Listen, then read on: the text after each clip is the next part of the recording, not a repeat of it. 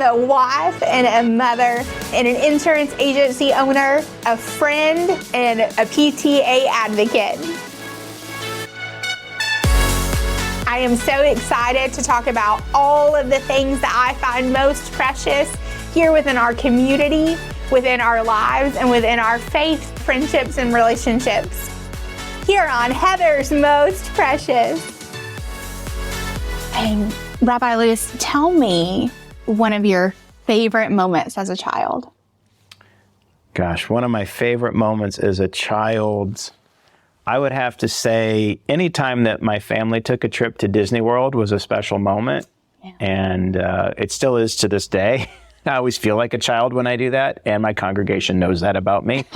But it was always a special time to be on vacation with my family and to experience and explore and have such a fun, willful suspense of disbelief and just letting your imagination go. But the nostalgia for just having those times with my mom and dad and my brother was really great. So happy times. That's awesome. Now, is that something that you do with your family today? Y'all still get together? As often as I can. It's something that it's always a good time when I can watch my son grow up. You know, we went through those, what they call like the Disney milestones. And when he finally was tall enough to go on Star Tours and then Space Mountain. And now he's a teenager and I have to try and keep up with him when we go. But yeah, and it's funny, I had a moment, probably the first time that I took him to the park in Orlando, and I was sitting there in the tiki room, and for some reason, I just felt like I was transported back in time to a time that I was sitting next to my mom, watching that same show in that same space, and she'd been gone for a few years by that point too, and it just kind of felt like a very special link in the chain. Absolutely. Time that really, kind of a core memory. It is a core memory and just visceral. I could feel it, and very special. I love that. And with your son now, how old is he now? He's 15. Okay, so my oldest is 14, and this is a fun age, isn't it? It really is, because they're able to do some things on their own. Mm-hmm. So, he knows how to make himself dinner if we're not home. He's not gonna whip up any like 3-course meal, but He knows how to cook a frozen pizza. But then you also can talk on a higher level, and they can express themselves, and they can develop interests that bring you along as well. Like he's developed a love for the game of soccer. Not that I've ever hated soccer, but I was never as big of a fan. And so now I've gone to MLS games, Major League Soccer games in Atlanta and in Kansas City with him. And even when we were in Israel this summer, we went to a soccer game to see Maccabi Tel Aviv play, which I probably would have never done unless he had developed his own interest and brought us along with him. So that's great. That's fun as he grows up. Of course. And the CFC here is now. We've been to those games, yes. Great. Yeah. I love, getting to see things through your kids' eyes. And as you were sharing kind of your stories going to Disney, and there is something magical, right, about your childhood that somehow Disney continues to recreate for us. And then being able to see it through your children's eyes as well. That, I don't know, it's just a different kind of love, right? It is, and I also sometimes I feel sorry for people who don't get that. Mm-hmm. I mean, they have the nostalgia and the connection in other ways, but there is something about the happiest place on earth and the Magic Kingdom that is truly magical. And it does come with a price tag. But I was telling somebody just yesterday, I said, when I get there to the gates, I just open up my wallet and say, "Take it," whatever. And become like a kid again. Absolutely. That is awesome. Now, for our Heather's Most Precious guest today, y'all are hearing from Rabbi Greg Lewis here, and we are in your temple. We are in the library of Mizpah congregation. Yes. Mm-hmm. And what takes place in this room? Is it just people that come in to do, check out the books, or do y'all have Bible studies and things in here? This room becomes sort of a multi-purpose room. Okay. There's a class on Sundays that meets here. It's our middle school Sunday school class. We call our Sunday school Chattanooga, which means it's a combination between machane, which means camp, and nuga, which means nougat, right? So we're trying to, recreate the magic of summer camp on a regular Sunday in Chattanooga. That is awesome, especially for kids, right? Especially for kids, and sometimes works better than others, but that's the theme of what we do. But so this room, it can be a board meeting, it can be a committee meeting, it can be a podcast recording, it can be a Sunday school class. And yes, and the books are here to check out. Sometimes I'll run over from my office if there's a book that I don't have and see what we have on our shelves. And we have a volunteer librarian who looks after everything in here, and she spends so much time in here. It's amazing because we have to cull, we have to add, we get donations all the time. She has to think about books to add. And so if we didn't have her, this room would just be in complete disarray. So yes, well, it's lovely. Yeah. Do you have a favorite book or kind of series in this room? There's so many ways to answer that question. The thing that I would probably turn to the most in this room are collections of midrash. There's a lot of things that you can find online.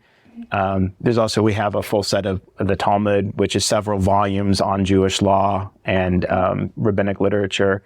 Midrash is a bit of an earlier commentary on the Torah, which some of the things that I would want to look up aren't online, and sometimes the books that I will look for have commentary. So I'll come in here and look for those. So is it my favorite? Maybe not the thing that I would choose to read at home as I'm falling asleep, but it's probably the series of books that I access the most in here.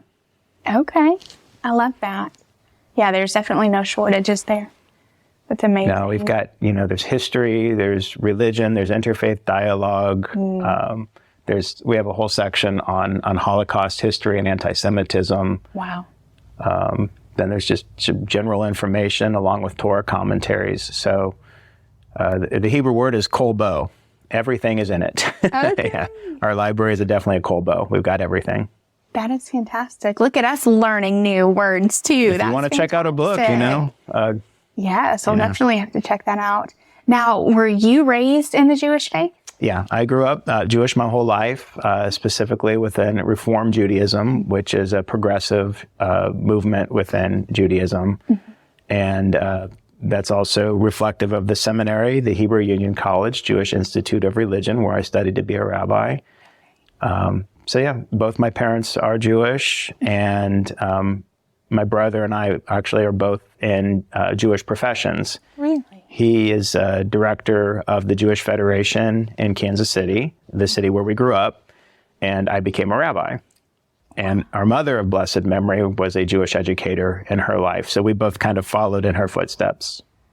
That's amazing. That's amazing. Now, is this something that did you always feel the calling on your life? No. Okay. I was saying to some people recently, because I have some friends that I was visiting over Thanksgiving weekend, and they said, "Can you believe Craig's a rabbi?" And I think they wouldn't say that about, if you were a real estate agent or an insurance broker. They would, "Can you believe?" Yeah. And he always hated houses, right? Now he's a real estate agent. They would never say that. But a rabbi, they'll say that about. But I say to them, there's nobody's more surprised than I am that I'm doing this now, because I went through a lot of things that I wanted to do. Wanting to be a rabbi was something that probably in the back of my head was always brewing. But then through some engagement, and I'll be honest, my brother got me working part-time for him when he was working as a director of a teen Jewish education program. My first go-around living in California. And he said, "You're living on my couch right now. You're semi-employed. I need you to work part-time for me." And I was like, "Well, you're doing Jewish education. That's not my thing." And I started doing that, and I really fell in love with doing the teaching and working with the young people and shaping Jewish people for the future. And that started the wheels rolling of maybe this is where I need to be spending my life, devoting my education to it, and then becoming a rabbi. So That was my early to mid 20s when I started having that moment of realization. That's awesome.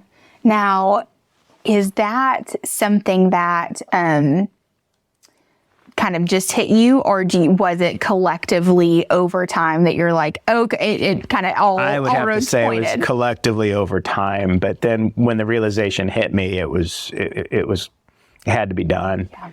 And I was engaged at the time, and my fiance, now my wife, we've been married 22 years now. I said, I think that I know what I want to do, because I'd been going through job after job, and I had a business degree, undergrad. I'd studied abroad and studied in business school in France, and I was like, okay, so this whole business marketing thing's not panning out for me. I need to go back to school. I'm either going to go to law school, I'm going to get an advanced degree in French language, maybe get an MBA.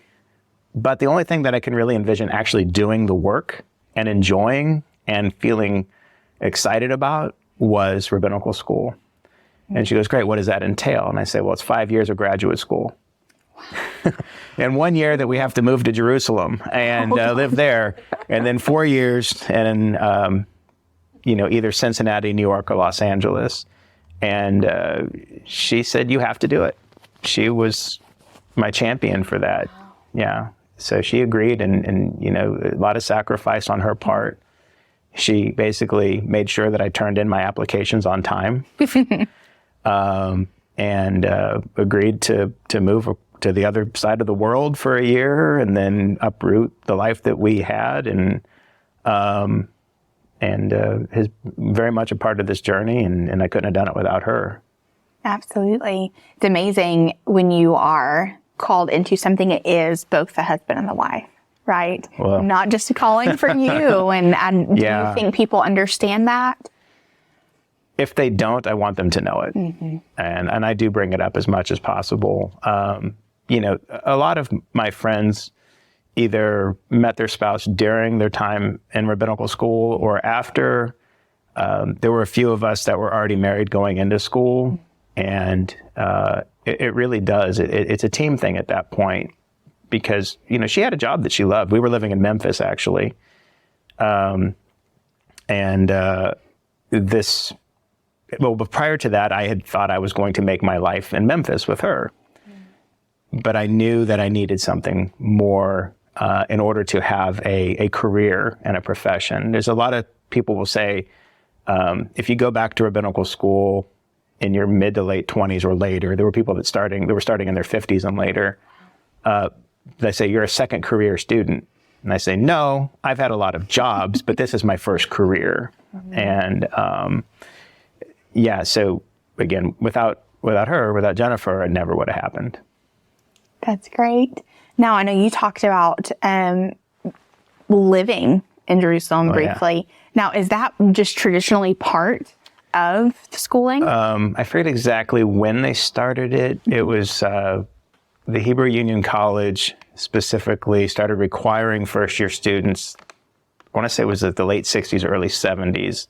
I'd have to double-check the date on that. But they purchased a campus really in the heart of Jerusalem, right on King David Street, like literally down the street from the King David Hotel. And you can see the old city from there, and a really beautiful campus. And so they started having first-year rabbinical students, and also if you're studying to be a cantor or going into the master's program for Jewish education, that you spend a year living in Jerusalem and attending the school there. They also now have, it's been several years, but they have a program where Israeli students can study to become Reform rabbis in Israel.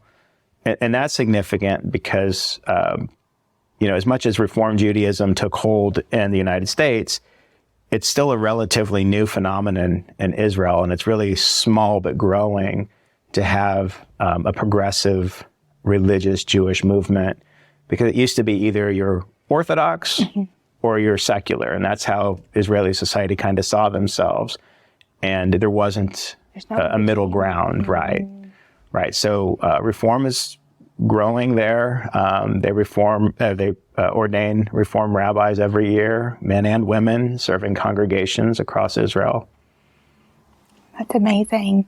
There has to be, I have never visited the Holy Land, but there has to be something so incredible to have been able to walk in the same roads, right? And in that same community. It's beautiful because of the history and the historic tie of the Jewish people to the land and the holy sites, but also getting to see it truly is the center for more religions too. And you see the Christian pilgrims converging on the Via Dolorosa and the Church of the Holy Sepulchre. And you see, when you go to the Western Wall and you look up, you see where the Dome of the Rock and the Al-Aqsa Mosque are. And everybody is there for various reasons and for various religious motivations. And when we do share that city in a lot of ways, and you interact, like walking towards the Western Wall once, I was walking with a Dominican friar, and we just were talking. Yeah. He was in a full friar robe, and I was in shorts and a t-shirt, but talking religion on the way to the wall. Lots of great encounters like that. But, you also get to see how the old and the new intertwine, because it's impossible to not set foot anywhere in the land of Israel where you don't have a taste of the ancient. But it's a modern country that's constantly in development. I've had sometimes 5 to 10 years between visits, and Jerusalem, the ancient holy city, always looks different every time I go. New shopping centers develop, new streets develop, new businesses popping up. It's really a remarkable place that has, the old and the new, and it's all converged. And every step you take is history and future. Wow. That is such an eloquent way to put that. Just how I manage once in a while. You caught me on a good day. Yes. Yeah. This is Thursday, so it's Rabbi Lewis. Yes. Here we are. For those who may not be familiar, what does it mean to be a Jew? So, be of the faith. When I teach an introduction to Judaism course, Judaism at our origins traditionally traces back to Abraham, who, according to the Torah, had an interaction, and God made a covenant with Abraham, and thus founded what grew into ethical monotheism of Judaism.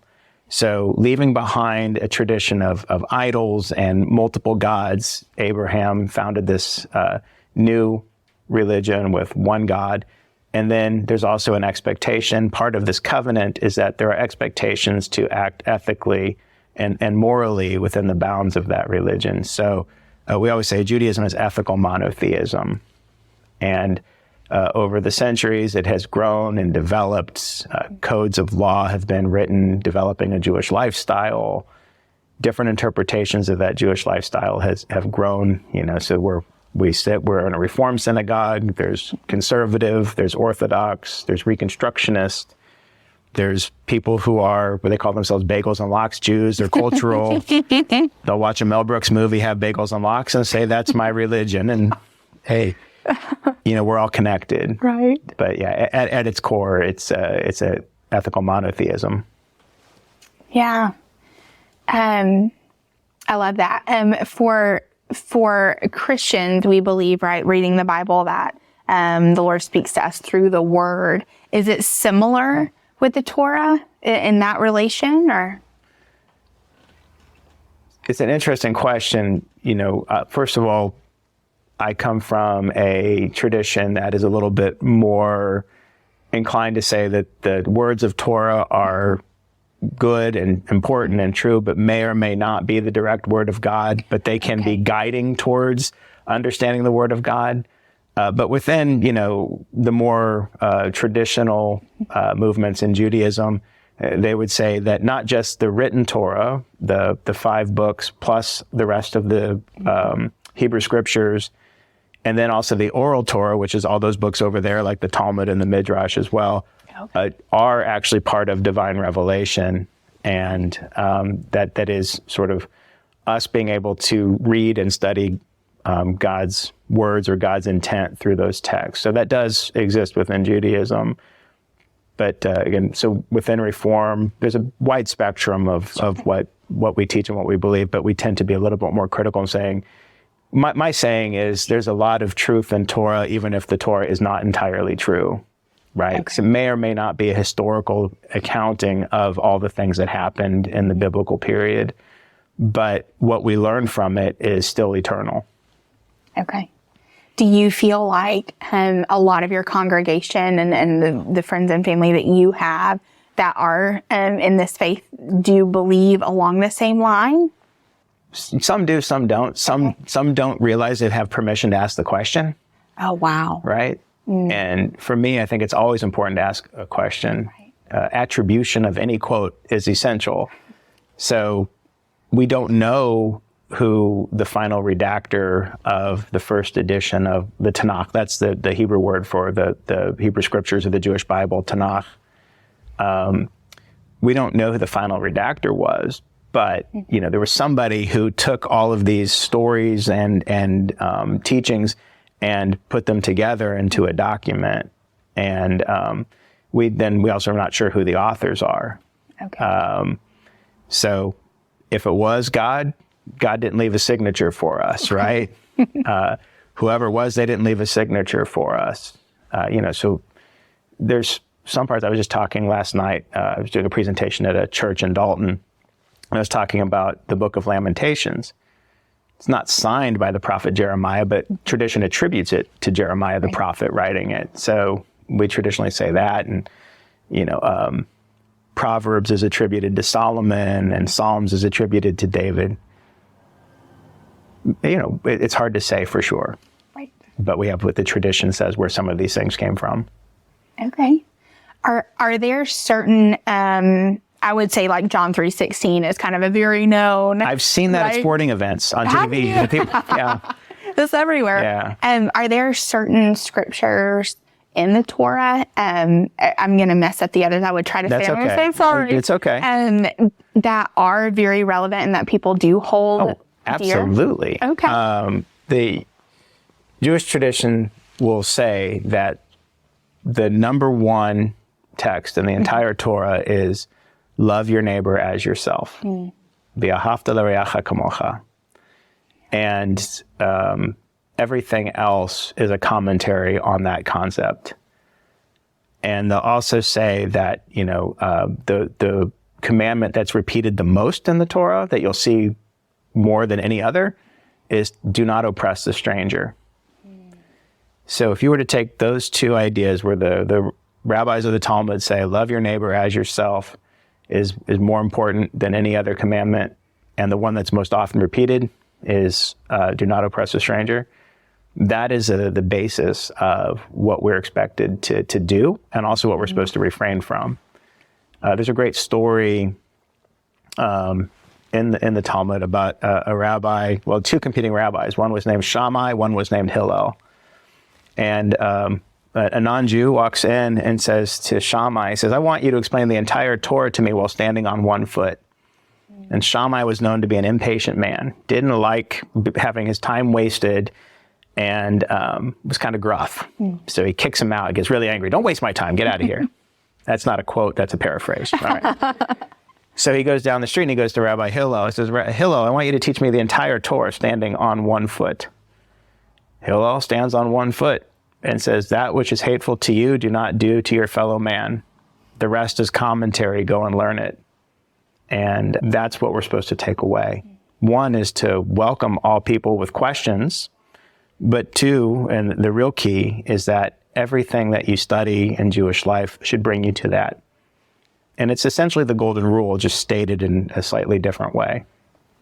Yeah, I love that. It made me teary-eyed as you're quoting, this scripture in the native tongue. I love that.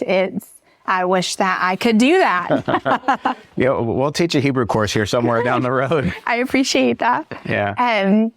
So the Talmud, did I say that right? Yeah. Look at me go. What is contained in that? I'll start by saying that my teacher, Dr. Richard Saracen in Cincinnati, Hebrew Union College, referred to the Talmud as the original hypertext. So if you picture like a web page where you have all these different things that you can click on that'll take you to different other pieces of information, this is all on a printed page of Talmud. So like I said, you can look at all the volumes. It takes up 2, sometimes 3 shelves, depending on which printing you have. You have on a page of Talmud, the 2 essential parts of it are what they call the Mishnah, which is roughly like 1st or 3rd century text on Jewish law. So they try to take all the commandments of the Torah, which there are 613, and then some of the other rules that pop up throughout the Torah, and condense it into a legal digest where you say, I want to know how to keep kosher. I open up the Mishnah. There's the rule, okay? It also is a debate somewhat. This rabbi says, do this. This rabbi says, do that. And then they'll make sure that you understand what the final decision is. That's a very basic explanation of what the Mishnah is. On the Talmud page, you'll have the Mishnah, and then underneath it, there's what they call the Gemara, which is 5th century. These are rabbis debating and arguing what the Mishnah said. So, and they will actually record minority opinions, which is one of the reasons why the Talmud, I wouldn't say is entirely unique, but is special because it's not that common to record a minority opinion. Right. But so you can see rabbis who are not in the same room, but kind of arguing across the centuries or even across geographical locations with each other because all these different arguments are collected. And then they'll make a statement of what this is the Jewish law. Around the outside of the page are commentaries on the commentaries. So you have Mishnah, you have Gemara, and then you'll have like an 11th century commentator, Rashi, and what he wrote about it around the outside of the page. And then on the other side of the page, another series of commentaries called Tosafot. And then outside of those margins, they'll say, for further information, check out this, volume of Talmud. Or here's the biblical citation if you want to go see the original source. So it's just footnote after commentary, and it's all printed on one page. And so that's why he called it a hypertext. It's as if you could click on that and it would take you to another set of learning. So, okay. And then to confuse people more, after the Talmud, 5th century, right? That's when it's codified. Jewish law continues to develop, and it still develops today. But in the 16th century, there's a book called the Shulchan Aruch, which means the set table. They're really creative with these names. Yeah, very. A rabbi named Joseph Caro compiled sort of what became the definitive book of Jewish law based on the Talmud and all these other writings that came between the Talmud's time and his time. And then to make matters more complicated, he was in the land of Israel writing his book. There was another rabbi named Moses Israelis who was in Poland at the time, read the Shulchan Aruch and said, well, hold on a second. This is how we do it in this part of the world. So there's a gloss that's added to the Shulchan Aruch called, the set table. He calls his the mapah, the tablecloth. And they're printed together now. So, and then even post-16th century, Jewish law continues to develop. There's questions about like, what do you do with a light bulb on the Sabbath or things that they would have never thought about. Right. But everything traces itself back through that 16th century book called the Shulchan Aruch, and then ultimately back through the Talmud and back to a statement from the Torah. Oh, okay. That's why we're never done studying. Right. You got to be a lifelong ever learner. Yes. Does studying, I know we're talking about lifelong learner and all of this, does it ever become overwhelming, or is most of it able to be traced back to where you can kind of digest it as you wish? Everybody does it a little bit differently. Okay. I mean, it is overwhelming. Yeah. There are people that will do what they call a daf yomi, which means a page a day. They'll do a page of Talmud every day. And there's groups that get together online or in person, and they're committed to doing it. It's about a 7.5-year cycle if you do one page of Talmud a day to do that. And so, it's kind of like they say, well, how do you eat an elephant? Which isn't kosher, by the way, but how do you eat an elephant? One chunk at a time, right? So if you could go about it that way. When I tend to study, I tend to figure out what's a specific area that I want to know more about. Like it's usually because I got to write a sermon and it's due. I got to be done by 6 o'clock on Friday night. And I'll look at other people's writings. There's some classical commentaries that I'll look at from the Middle Ages to see what they said. I'll see if somebody in modern times has developed a different angle or a new idea on it. And then I'll try and come up with my own. If I'm lucky, I come up with my own new idea about what the teachings are and how to present it to the congregation through a sermon. So I start from a more specific place and go to the broader. Okay. But you can also start from the broader and then ultimately say, I remember that and I'll use it for a specific thing. Okay. So there's more than one way to skin a cat, which would also be against Jewish law. You're not supposed to torture animals, but yeah. We're recording. No, just kidding. For the record, I have 2 cats at home. Neither one of them is skinned, even though one of them still scratches my face. So, but check back on Sunday. No. And you've brought up kind of the sermon, right? Trying to get that with us. Is there a certain process that you use? I know we've talked about kind of being specific, going more broad, but what does that look like? For me, I sit down, I'll look at the Torah portion. So there are 54 Torah portions out of the 5 books of Moses, the Pentateuch. And each week you read a different segment. So whatever is the assigned segment for that week, and sometimes a holiday will intervene and you read a different section of Torah specific to that holiday. Okay. But I'll see what that Torah portion has and what do I find in it that is something that I can teach and make it meaningful for what's happening today in 2024. So I'll try and find a hook.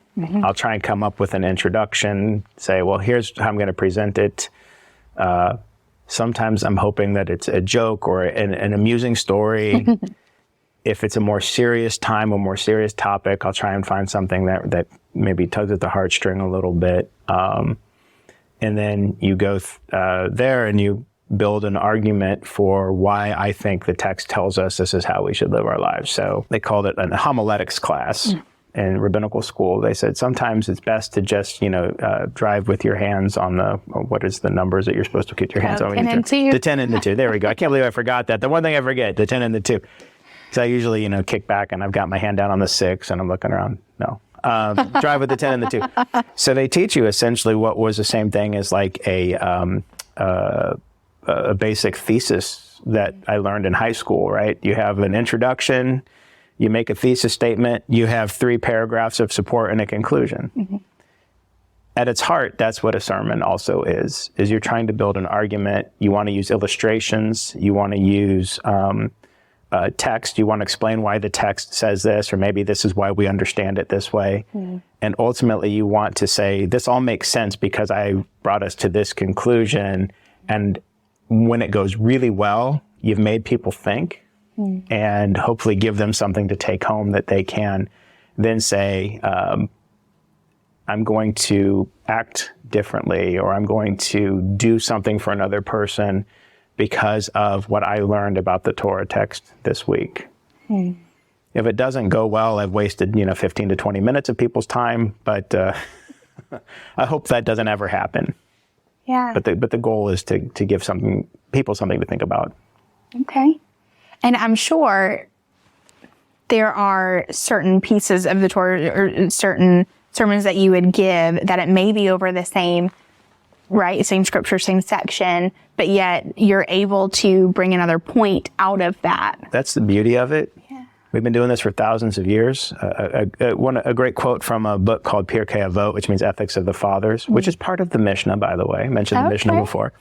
But there's a rabbi named Ben Bagbag who has one of the great names in all of history, Rabbi Ben Bagbag. So nice, I named him twice. But he said, you turn it and turn it, for everything is in it. And we keep reading the Torah over and over every year because every year something new pops out. Something new is discovered that maybe you saw before, but it didn't touch you or didn't cause you to do further inquiry. And so as some of my teachers and mentors have said, the Torah is the same every year, but I'm different. And so the way that I look at it is going to be shaped by, now I'm a parent, or right now I'm growing older and I'm feeling some of my body, not respond the way it used to when I was younger, or now I'm married. And so there's all these things that we'll see in the Torah that we didn't see before, and world events change that too. Of course. Wars and elections, all of these things, we respond to them when we see something in Torah. So, wow, that really, I'd never thought about that before. Yeah. You're still laughing over Rabbi's and bag? I'm about to get kicked out of my own podcast. Nah, it's okay. I'm like trying. I'm like, this is so good and holy mess. I'm dying over it. There's a great. So we've often laughed about Rabbi the bag too, because I can't imagine saying it with a straight face. There's actually a summer camp song that was written for Jewish summer camps. Now you have to sing it. No, you don't want me to sing. They pay me not to sing. At least tell us what it's about. But it's about Rabbi ben Bag, and it says he had a double name. Right. And something about how the Torah never was the same or something. It's a very clever, written for Jewish summer camps thing like that. But the idea in the chorus is turn it and turn it and turn it again. You never know what you might find. So... Okay. Yeah, so it teaches an important lesson in a fun way. And that's when we're at our best, too. There are serious times, there are hard times. But I feel like when we're at our best, learning should be fun. It should be. And religion is joyous. The Tanakh, and it says, Ivdu et Hashem b'simcha od lefanav birnana. Worship God with joy and come before God with happiness. So we should be joyful. Right. But we also have to then know when the time is right not to be laughing and joyful. You're doing just fine, by the way. I was like, dang. No. Yeah, you're still welcome back. Yeah, anytime. You. Just not during the sermon, right? Please, if I say something and nobody else laughs and you laugh, then you make me feel good. Good. Doing okay. I had a joke that went over like a lead balloon a couple weeks ago. Oh, no. So I'm saying how rabbis are always trying to compare Judaism to baseball. Mm-hmm. So I said, in 6 innings did God create the world, and in the 7th inning, God stretched. That's cute. I thought so, yeah. Oh. Yeah, so. That's brutal. But it is funny, you can now. Because the standard rabbi joke has baseball in the Torah. And I'm only retelling it to tell you what the bad rabbi jokes are. They go, it says in the big inning, right? Okay. Yeah. Oh, stop. I've heard every rabbi I've ever known has told that joke at least once in their life. At least you're up in the game. I did. I gotta push the envelope, You do. Yeah. It's important. No, but I think as you've talked about, there is this balance. There's something so holy about scriptures, and that you right? They offer guidance and perspective and all of that. But at the same time, if you're not making it fun, especially for the younger generation, they can't carry it forth if they can't understand it. And if everything is, we're going to slap you with a ruler, or, you got to learn this. Well, the state of Tennessee doesn't let you slap people with rulers anymore. Well, thank you. Actually, state of Tennessee may be up in the air. That's it. It's we're in here. This week is a holiday called Purim, which is a holiday in which we reread the book of Esther every year. Oh.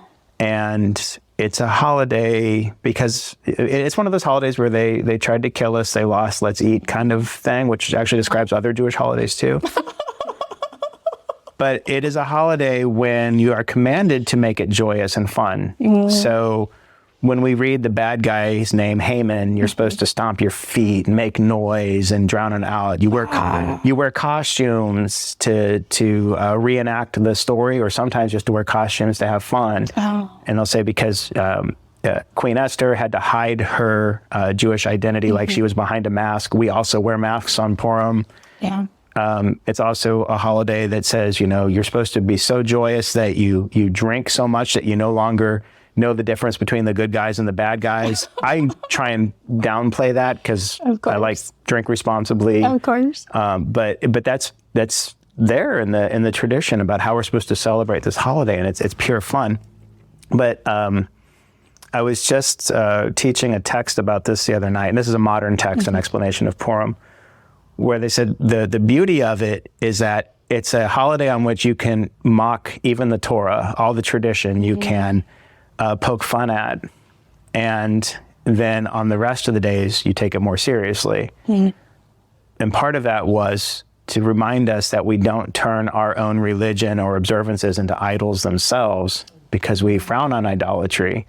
So by being able to invert it for a day, then we destroy it as an idol and remember that it's a path of life that leads us towards goodness and justice and happiness, and not turn it into something that is, again, akin to idol worship. So having that one day of release keeps us from that. And I thought, what an amazing explanation of this holiday. Absolutely. More permission to have fun too. And if I even told you the fun we've had on Purim here. I know. And what's so funny is the second you said Purim, all I thought was like, line up a shot glass, like Purim. Oh. And then, so the fact that you. It's funny. I hadn't actually made that. Of all the connections. Yeah. Yeah. Well, then when you're talking about this, I was like, they named this so perfectly. Yeah, pour them up. I like it. I'm gonna say it Sunday. There it is. Yeah, we're gonna have. I actually just got my costume. I'm gonna. Oh, good. Spoiler alert! I've got a Stitch costume, as in Lilo and Stitch. That's awesome. Last year I had an Incredibles costume. The year before, Genie. I have dressed as Cinderella before. Have you? Yes. So it's very fitting. You know what? I like to be the belle of the ball, Good. That's good. That's awesome. Yeah. I love that so much. So it just really is a great holiday, and it's fun, and you can put on a play called a spiel. It's like Yiddish for play, and we did it right before COVID. We had all Elton John music retelling the story. Yeah, retelling the story of Esther. We've done Disney. Did all 80s a few years ago. So last year with the kids, we did Super Mario Brothers. Wow. This year, we're actually just doing Purim, so no theme, just Purim. Yeah. We'll line them up. You'll line them up. There we go. Not for the kids. They get grape juice, but yeah. That's okay. They don't know, right? That's awesome. I don't know if you've ever been to Branson, Missouri. I would think so, I'm from Kansas City. Right. Yeah, I've been to Silver Dollar City. Yeah. So, oh my goodness. It wasn't as cool when I was growing up, and now it's cooler, yeah. It is. They have this theater that puts on different plays, and it's, Shepherd of the Hills, wasn't that? I think so, yeah. Right? They've done Jesus and Moses and all that. So they just did Esther over the last year and a half. I didn't know that. It was amazing. I got to see it. My parents are in Arkansas. I got to see it at Christmas. And it is one of those, I love theater anyway, but three sides of this room are the stage. Wow.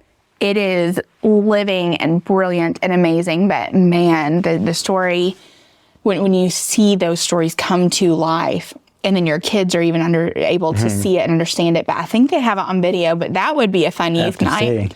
It is a... I have a feeling they take it a little more seriously. It's a tough story. It's about an almost genocide, and then we sort of gloss over the end with the tens of thousands of people who die in this war, as the king granted the Jews of Persia permission to protect themselves. And so usually when we tell the story, especially with the kids, we're like, and then, Queen Esther told the king she was Jewish, and he overturned the decree, and they just got rid of Haman instead, And, they actually hanged him from the gallows along with his 10 sons. And it's interesting that we make light of it because it is pretty gruesome. Right. But there's this tradition where you try and say, when you're reading, so we also, not just in the play, but we also read from a scroll, the Hebrew text. So when you read this 10 sons of Haman, that you'll try and say it all in one breath. Oh, kind of like, right, at a degree, right? The Rabbi challenge unlocked, you can do that. So I've done it a couple times where I took a helium balloon. Oh my goodness, how fun. Did that, and I read Haman's 10 sons with all the helium. Yeah. Always keeping it, right? You got to, like I said, pushing the envelope. That's awesome. But on an average Friday night reading Torah or Saturday morning reading Torah, I wouldn't, do things like that. Right. I will have some fun, but not to that level. Yeah. All for the kids, though, right? Oh, yeah. Kids, I've put together prayer books for Jewish New Year, Rosh Hashanah, that were like Star Wars themed. Mm-hmm. I've put together Friday night prayer books that were Super Mario themed. Oh, that's awesome. And I just try and make it relatable, right? Make it relatable. Mm-hmm. You always have to remember to have content. Content always has to be strong, but the forms that you choose should also be appealing. And that's huge. Yeah. Now, you've been with this congregation for 7 years, a little over, and I know you've moved around. How is this congregation? What are kind of the similarities and then differences between your congregations? I'd say the primary difference from places I've served is just geographical differences. I've been in California, Southern California, and not even LA, Orange County, which is this whole different thing from LA. Beautiful and close to Disneyland, which was also cool. Geographical and not just like location difference, but just difference in people, personalities are different. Then Lincoln, Nebraska, very Midwest, more like where I grew up.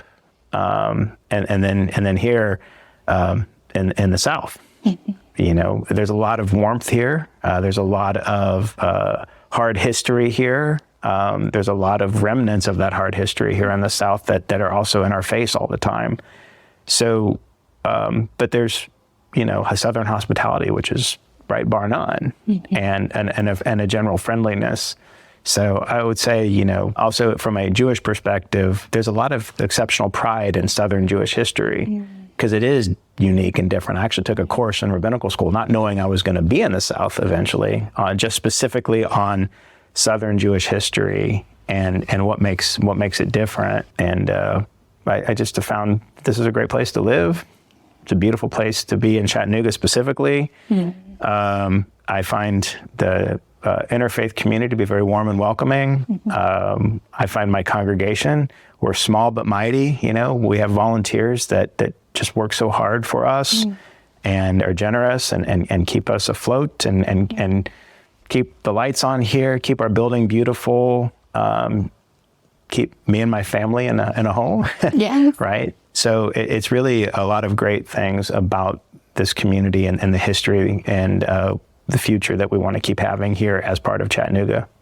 Yeah, that's awesome. I would agree. Southern hospitality at its finest right here, right? Love it. Everybody wants me to drink sweet tea all the time. I don't know. Oh, that is such a blessing. Maybe a curse as you're older, but blessing right now. It's a lot of sugar, yeah. That is awesome. And I don't drink caffeine after 10 a.m. now. Thank you, my doctor. But yeah. We're not thankful for you. Tell me you can drink sweet tea. It's gonna come. We're gonna get there. All right. Have faith. We're gonna get there. What is typically? Is there a certain time period? Can't even say it. That you stay with the congregation, or is it kind of as you feel led? There's a mutuality to it. We go on contracts. And we're not placed by, I know a lot of churches will have sort of a central placement. They'll say, this is where you're going to go, right? And there's like discernment that will happen between the leadership of a local church, and then they'll decide whether that happens and whether they need to move on. But within Reform Judaism, it's sort of a free agent status. When you get out of school, there's a specific process you go through, and you'll get set up with interviews. And then you connect and then get invited back for a second or third interview. And there's like a matching, almost like medical school or medical residencies kind of process. That's how I got to California, was through a matching process and interviews. But after that, when your contract is expiring, if you're not renewing, then you go into submitting your application. There's a listing. It's a membership only. You can only, if you're a member of the Central Conference of American Rabbis, you can access the listings for all the congregations that are hiring. Okay. You can submit your resume, and if they like your resume, they call you for an interview, and then you negotiate a contract. Okay. So, sometimes it feels like, this is my big moment. I'm like Patrick Mahomes signing my big contract. I wish I'd make even a fraction of what he's making, but I also wish I had a fraction of the talent he has. But so when I applied here, I'd actually interviewed here in 2008 when I was ordained, and my wife and I both loved our interview in Chattanooga and the people and the congregation. At that time, we were about to become parents. My wife had family in Southern California. There were a lot of reasons why we ended up choosing to go there. But we just had this great feeling about the visit in Chattanooga. I also wanted to work as an assistant rabbi in a larger congregation. And then after 3 years, like I said, I didn't want to be an assistant rabbi anymore. Right. When this position came back into placement and I was considering winding down my time in Lincoln, I turned to my wife and said, what do you think about Chattanooga? And we put in our application. They remembered us and invited us out for an interview. And here I am. 7 years later. Kind of a big deal. This is great. I don't know about that. Don't give me a big head. Yeah. That's awesome. And he's going to start telling unfunny jokes on the. Well, yeah. Eventually we get tired and the jokes get bad. So. They do, right? Yeah. That's awesome.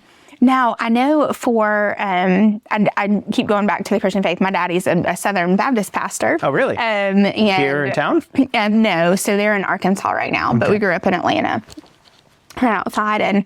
And I know firsthand how lonely ministry can be and spiritual leadership can be at times, just with things that are out of control, out of your control, not out of control. And so do you have kind of a support system outside of your family? Do you have other rabbis that you have close relationships with that you're able to kind of confide in and walk through hard times with? Locally, there's not a lot of rabbis locally, especially not ones who are up within the Reform movement. So the next closest rabbi who's also within the Reform movement is in Knoxville. There's a whole cadre of people down in Atlanta, a lot of who I went to school with, Nashville as well. So I do not connect with them in person as much as I would like. But, we live in an age of FaceTime and Zoom, and I can call teachers, friends, or text all of a sudden. We have a text group and say, hey, what are you doing for your sermon this Friday? And then we can share ideas, or, if something, and this doesn't happen that often, but if we're just like, oh, this is just frustrating. I can't believe this happened. And so said that, and I can't believe it. We'll text and say, and then people are supportive of one another. So then I just came back from a convention in Philadelphia. Around 400 rabbis, if you can imagine that. Wow. And all just kind of like sharing ideas, supporting one another, sharing our successes, talking through our challenges, and that's always great. But yeah, I always have a cadre of people that are my close inner circle, including a rabbi who used to serve here in the 80s and 90s, who was my teacher in rabbinical school in Cincinnati. And because he knows this congregation really well, he's also one of the people that I turn to a lot. And that's great. Yeah. I think no matter where you are, what position you hold, even if you're not in a ministerial position, it is so important, right, to have that inner circle, the people who understand what it's like. I have those people in the insurance world, and it's so important because unless someone's in your shoe, they can know how to support you, and they can pray and all of these things. But sometimes you just need someone who can help shoulder that weight because they get it. And also, I also have good relationships with a lot of my Christian colleagues in town as well. Good. I'm a chaplain for the Chattanooga Police Department, so at those meetings, I'm with people who are kind of doing the same work I do,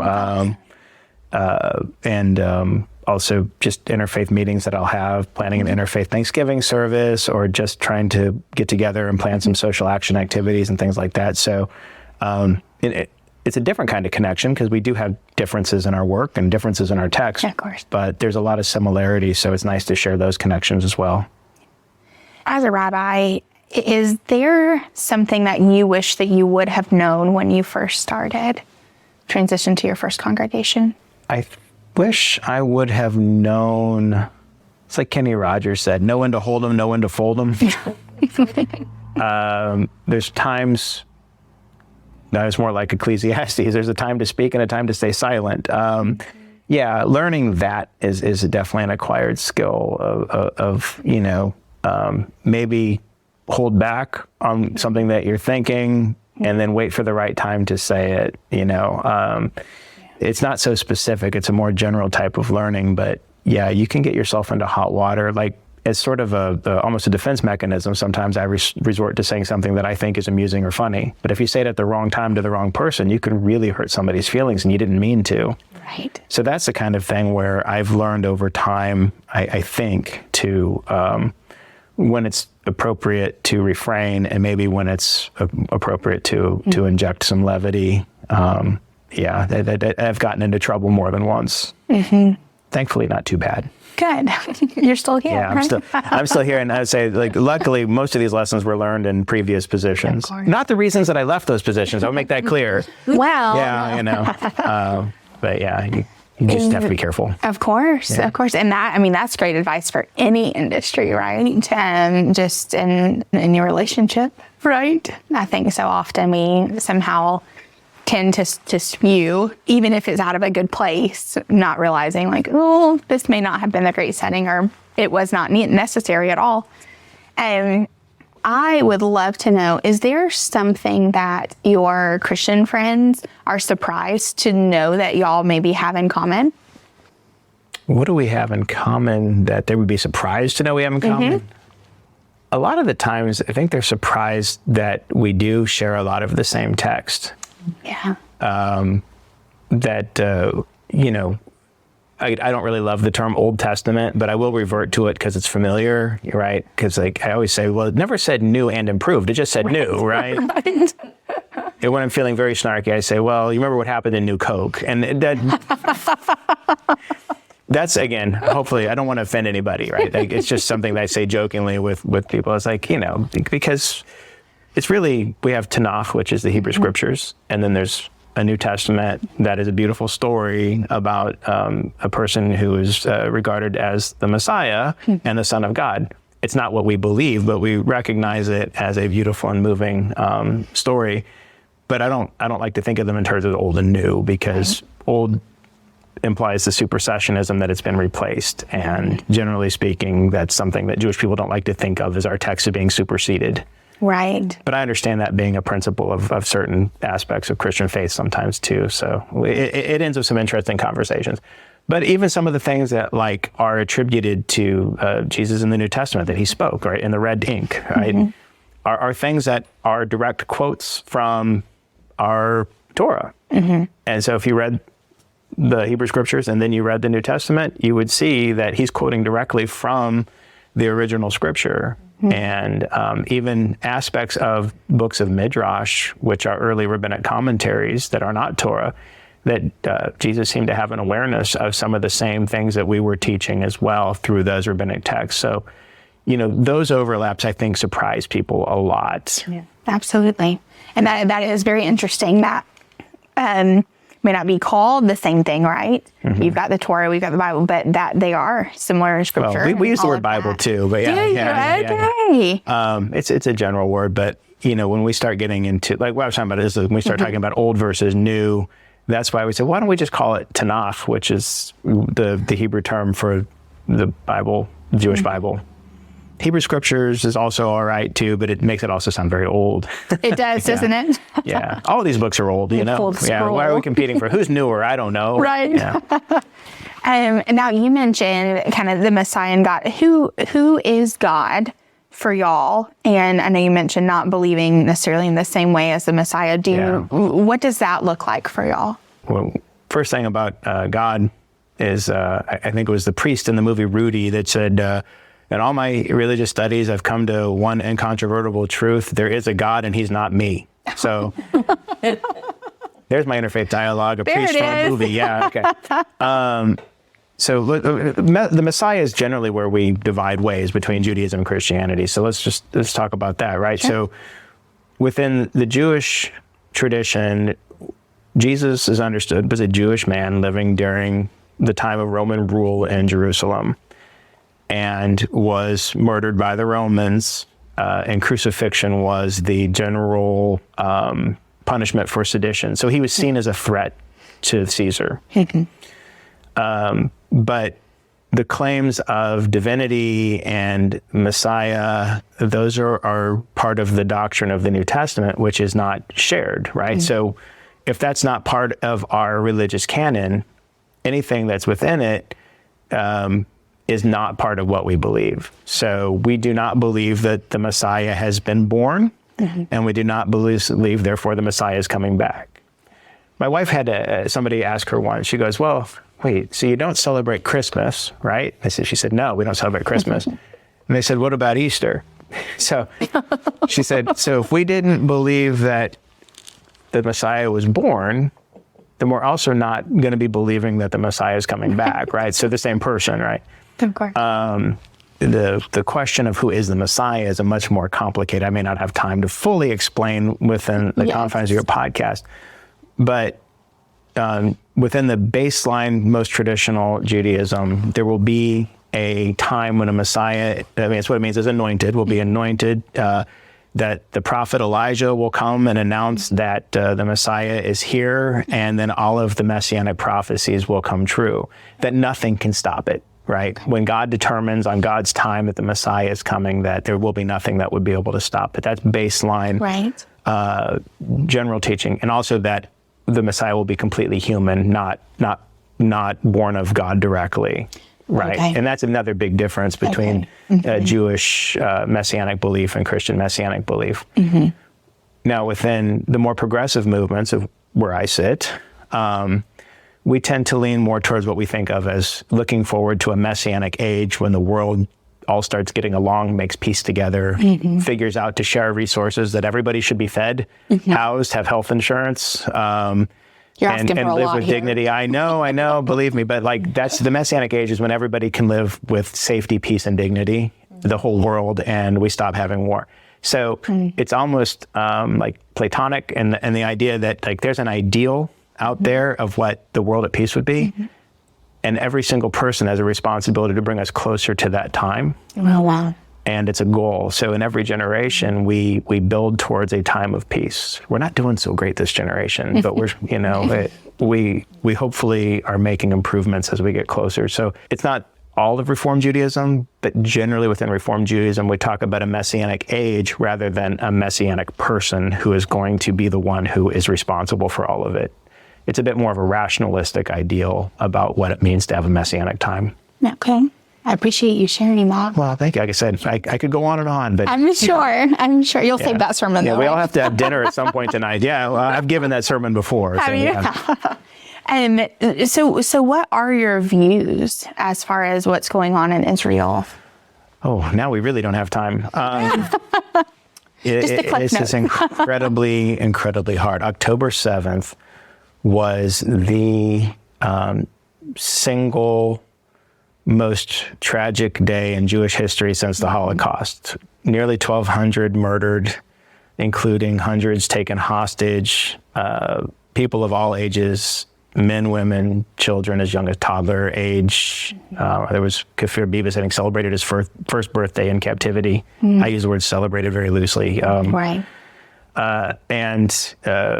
there was sexual assaults committed in the fields of the Supernova Festival and in the homes of some of the kibbutzim.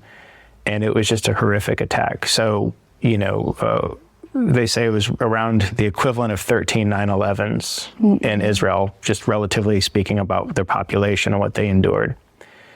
And it was a real blow to Jews around the world, especially those who feel a close connection to Israel, which most Jews around the world do in some way, shape, or form, feel a close connection to Israel. And so it's a nation that cannot be expected to live with an enemy who shoots rockets at it constantly, who, given the opportunity, which they took, to penetrate the border and to just rampage and murder and rape in such a vile and a gruesome way. So when we question about the war that's going on, Israel is trying to root out Hamas, which is the governing body within Gaza, and they hide in tunnels or amongst the population. And there's virtually no way to attack Hamas, their army, without having some of that collateral damage of people who are caught in the middle. It's either that or they do nothing.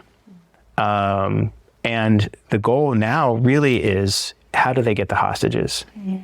They can't penetrate deeply enough and bring out hostages safely. There has to be some kind of negotiation because I think the entire world is exhausted from watching all the bloodshed.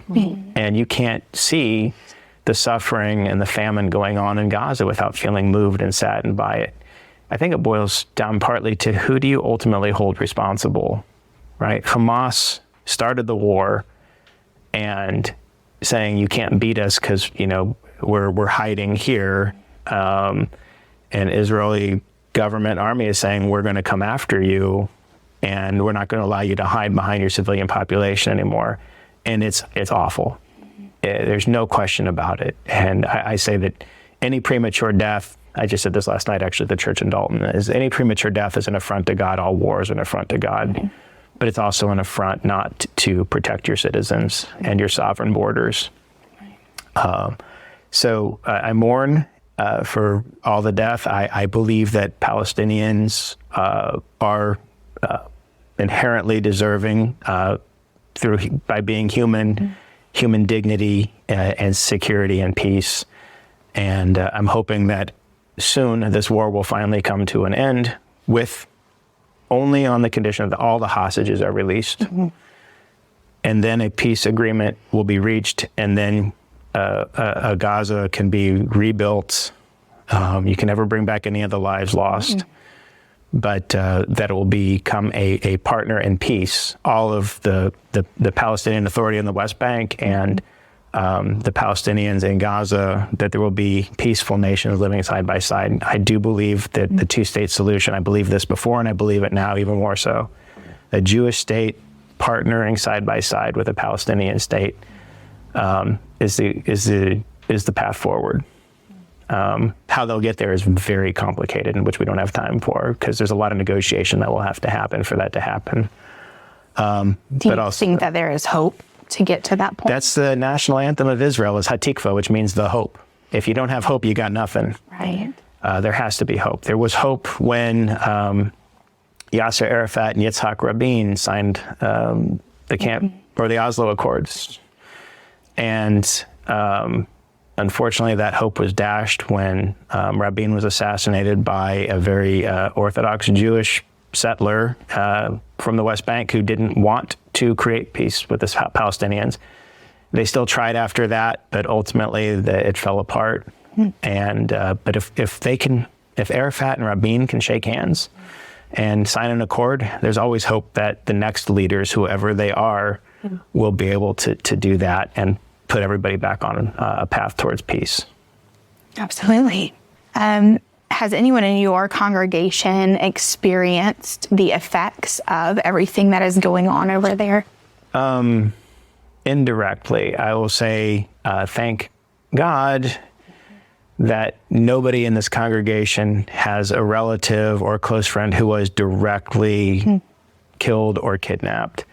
But once you have family or friends in Israel, it's maybe no more than 2 degrees of separation from somebody who knows somebody. Like our shliach, who's the Israeli emissary who works for the Jewish Federation here, he got here, I think, 2 weeks before the October 7th attack happened. And so he was, far away from his family, but there's people that he knew, I think, whether through school or through his time in the army, and even some relatives who were directly affected by the attacks.